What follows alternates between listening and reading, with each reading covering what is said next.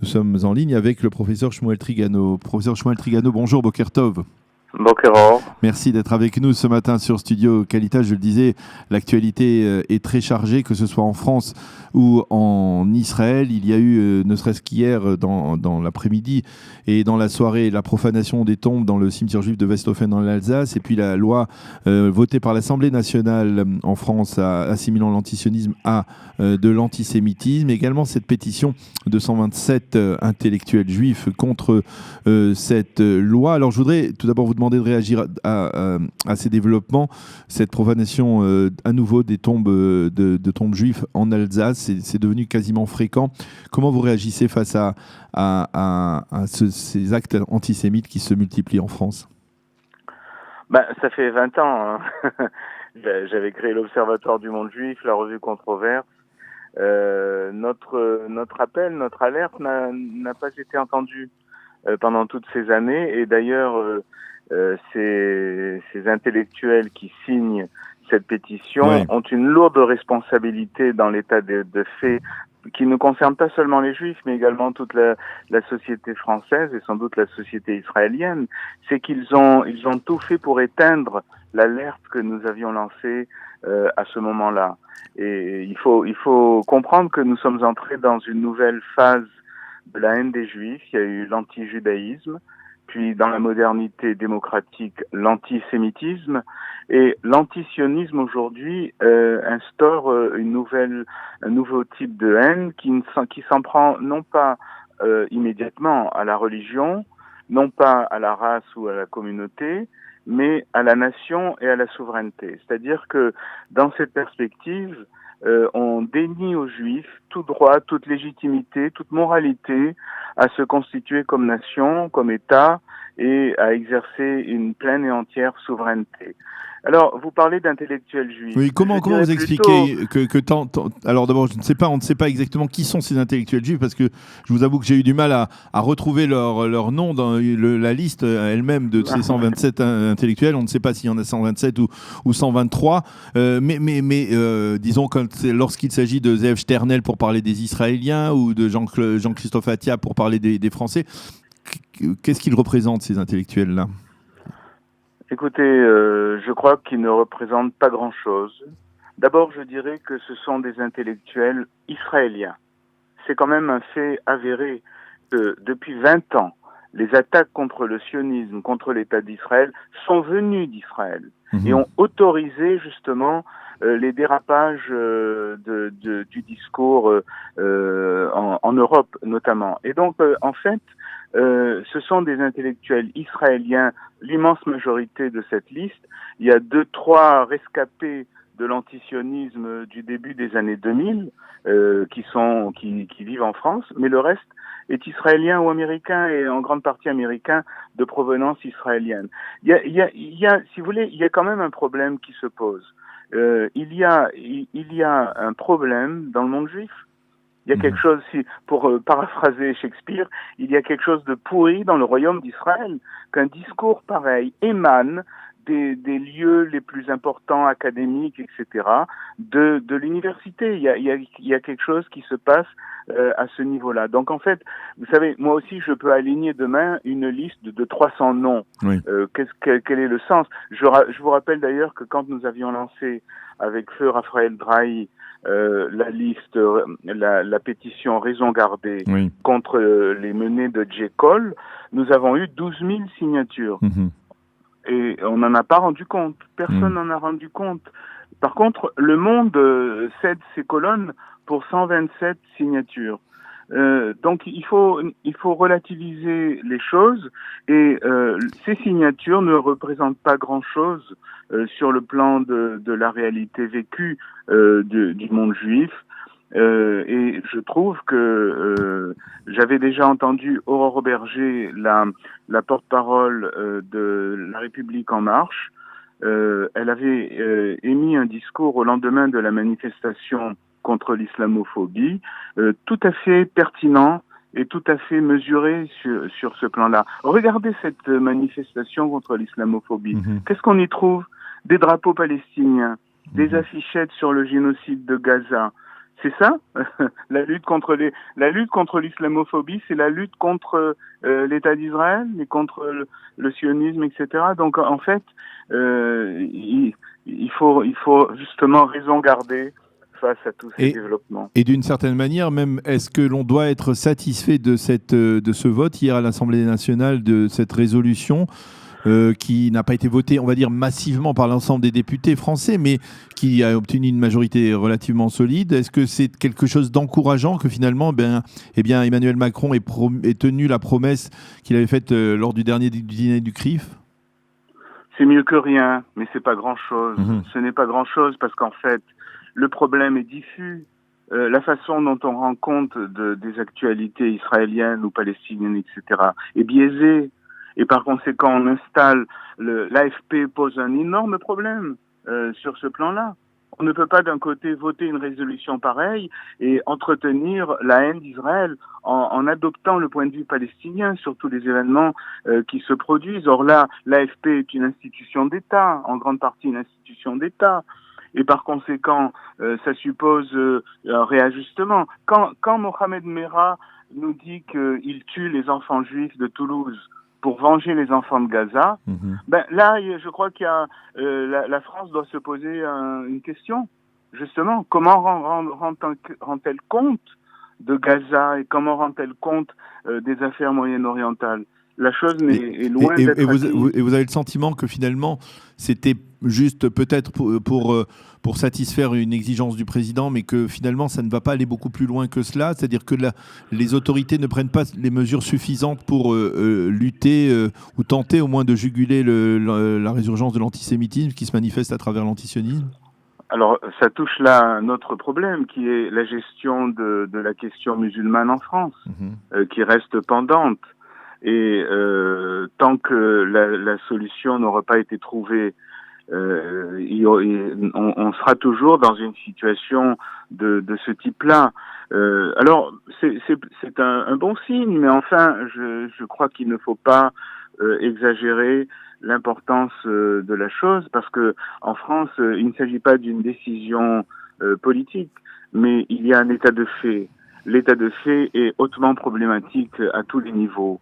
La gestion de cet état de fait n'est pas à l'ordre du jour dans ce gouvernement. En tout cas, ça supposerait une réforme considérable, un effort considérable qui n'est pas possible, que je ne vois pas possible d'être fait justement dans cette configuration politique. C'est ça, la question des Juifs dépend du règlement, de la question de l'islam en France, dans la mesure où l'essentiel des agressions proviennent des milieux islamiques et musulmans. Et donc, c'est quelque chose qu'il faut reconnaître, que la France n'a pas voulu reconnaître pendant 20 ans. Elle le reconnaît à peine aujourd'hui, mais ça ne dépend pas de la communauté juive. Alors, Shmuel Trigano, vous avez toujours donc ce regard d'observateur sur ce qui se passe bien entendu en France, mais vous habitez depuis quelques années ici en Israël, et on ne peut pas en cette période de politique extrêmement trouble et complexe ne pas vous demander votre avis sur ce à quoi nous assistons tous ici, un peu éberlués au niveau politique.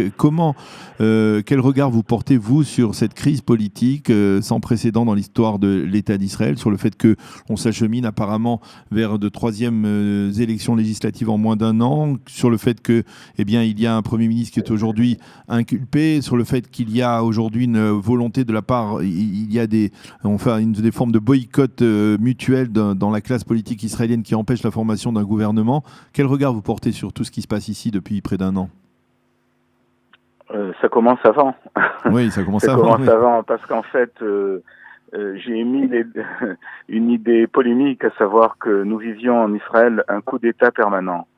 Ce que j'entends par là, c'est un profond déséquilibre des pouvoirs au bénéfice de la Cour suprême, de l'instance judiciaire, et aux dépens du Parlement et du gouvernement, du pouvoir exécutif.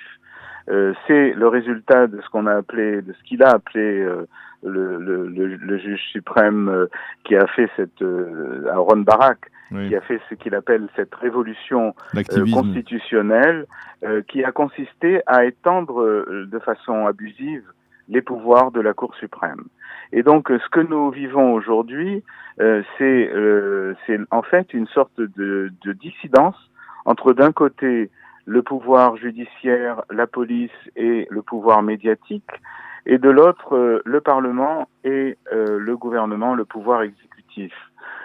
Et c'est une situation profondément malsaine, parce qu'en fait, la démocratie, c'est l'équilibre des pouvoirs, et non pas l'abus.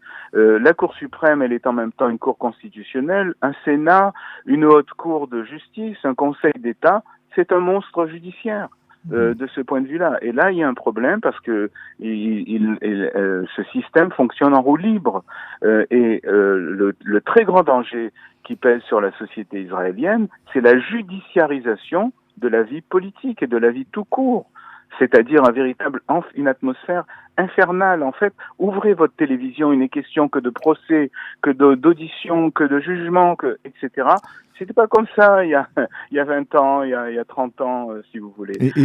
Et vous dites que Benyamin Netanyahou est victime dans le cas précis de cette judarisation. Écoutez, moi, comme je l'ai écrit, j'ai fait toutes les chaînes de télévision israéliennes pour les informations du soir. C'est odieux, tout simplement. C'est une course-poursuite, une mise en accusation permanente de la faute, des fuites. Les fuites. Est-ce que vous vous rendez compte du caractère inconstitutionnel de cette fonction? Il y a des juges et des policiers qui transmettent aux journalistes des informations sur des dossiers en cours. Mais il n'y a plus de présomption d'innocence. Il suffit d'accuser quelqu'un sans fondement pour le casser, pour le détruire. Donc il y a un problème. Il y a un véritable problème. On ne peut plus se gargariser de la merveilleuse démocratie israélienne. Il y a un véritable problème qui est posé à ce niveau-là. Et deuxièmement, je dirais pour ce qui est de la crise contemporaine, il faut se rendre compte que le système politique israélien n'a pas été fait à l'origine, il avait certainement des défaillances, pour une société multiculturelle, et je dirais même multiculturaliste. Aujourd'hui, la majeure partie des partis politiques correspondent à ce qu'on appelle en Israël un mixar, un secteur. Un secteur ethnico-politique, idéologique, etc. Vous avez les ultra-orthodoxes, les arabes, les séfarades, les laïcistes, etc., etc. Et dans une situation pareille, il ne peut pas y avoir d'entente ni de compromis parce que c'est bloc contre bloc. Et ce que nous vivons, alors le parti russe entre guillemets de Lieberman illustre de façon majeure cette impasse à ce niveau-là. Donc en fait ici il y a un autre problème qui est posé, c'est que la société israélienne est devenue multiculturaliste, éclatée. Je dis pas que ce qui précédait était absolument merveilleux, etc. Mais si vous voulez, il y avait quand même une sorte d'unité systémique entre les partis politiques. Aujourd'hui, elle n'existe plus.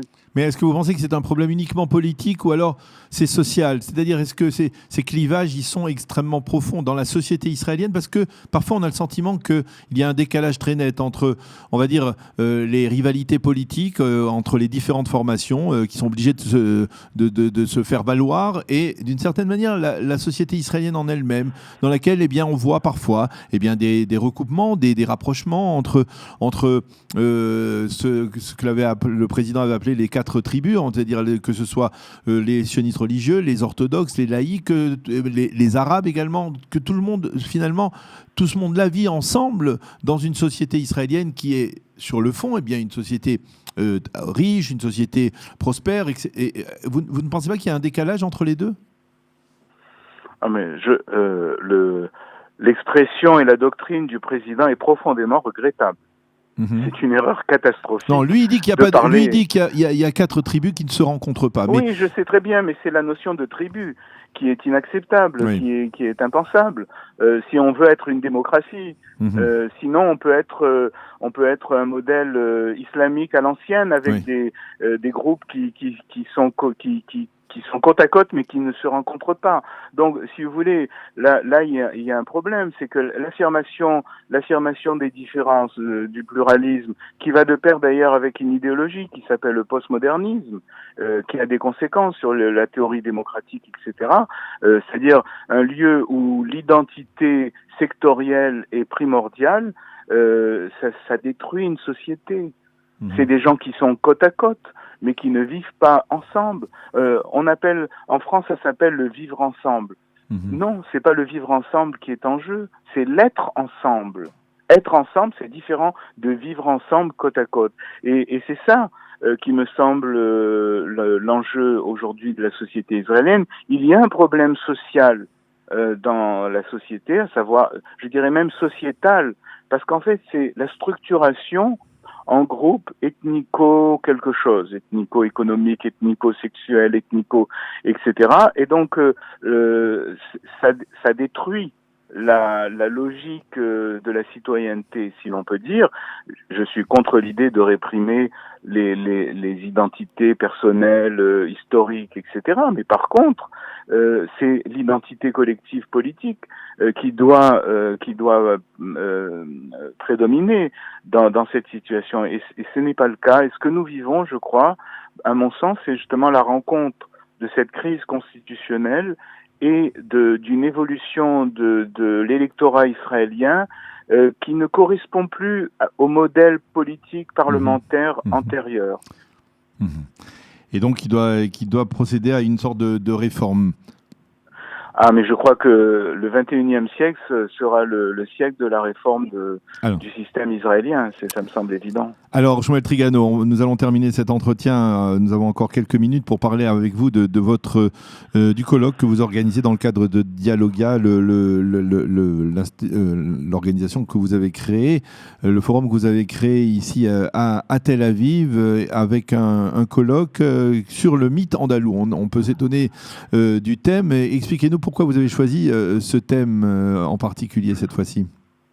Ben écoutez, justement, je viens de parler du vivre ensemble et de l'être ensemble. Oui, oui. En fait, le vivre ensemble, ça existait déjà.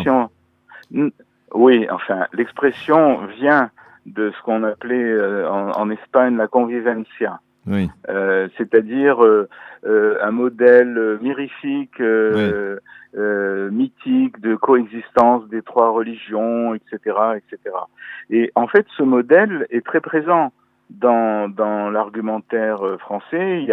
Il y a une organisation mondiale l'organisation de la conférence islamique qui en fait son cheval de bataille. L'Alliance des civilisations, c'est son programme international. En France, la convivencia est introduite dans l'enseignement secondaire au niveau des cours d'histoire.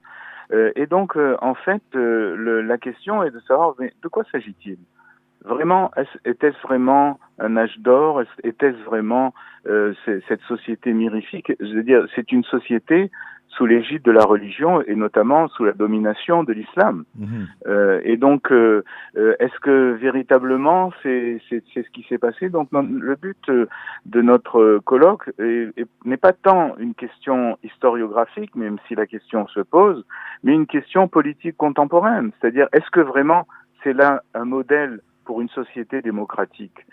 Est-ce que ce modèle n'est pas archaïque ? Et qu'en a-t-il été dans l'histoire ? Vous avez entendu parler, vous, du massacre de Grenade, du pogrom de Grenade, où il y a eu entre 3000 et 5000 juifs tués, en pleine époque de l'âge d'or espagnol ? Non, vous n'en avez jamais entendu parler. Il n'y a quasiment aucun texte. Donc vous dites que c'est quelque chose qui a été enjolivé par l'histoire, tout simplement, ou alors par qui ? Non, c'est très précis. Hein.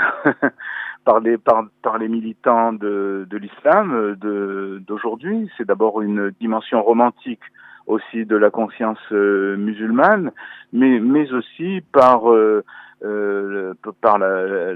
l'extrême gauche contemporaine ou par l'incompétence des acteurs politiques réguliers qui n'ont aucune connaissance de l'histoire, mais aussi par les juifs, car ceux qui les premiers ont forgé ce mythe, ce sont les intellectuels juifs allemands du 19e siècle qui voulait, en montrant le prestige qui rejaillissait de la créativité des Juifs au Moyen-Âge, obtenir la citoyenneté allemande et rentrer dans l'université allemande.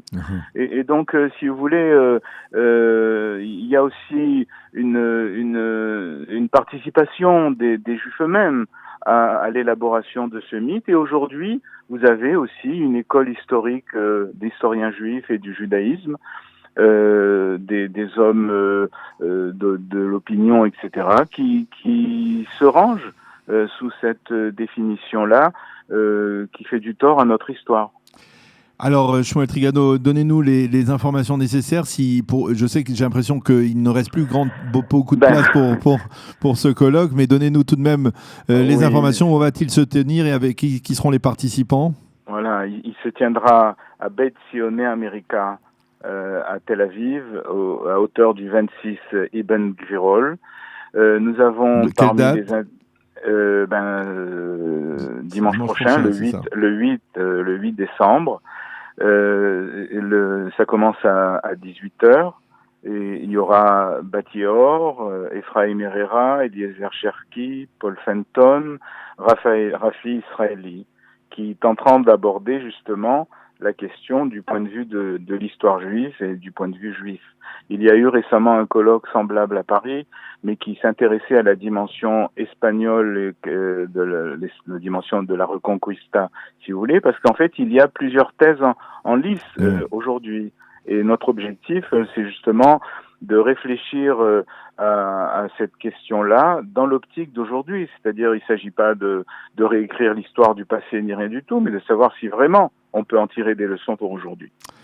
Eh bien, Shmuel Trigano, professeur Shmuel Trigano, merci beaucoup d'avoir été avec nous. Merci. C'était particulièrement passionnant de discuter avec vous de tous ces sujets importants à l'ordre du jour, dans l'actualité, même avec un peu de recul par rapport à l'histoire. Merci beaucoup d'avoir été avec nous. Merci. Donc, pour ceux qui veulent participer encore, il reste quelques places dimanche à Beit Zioné America pour ce colloque sur le mythe andalou que vous organisez dans le cadre de Dialogia. Bonne journée et à bientôt. Merci, au revoir.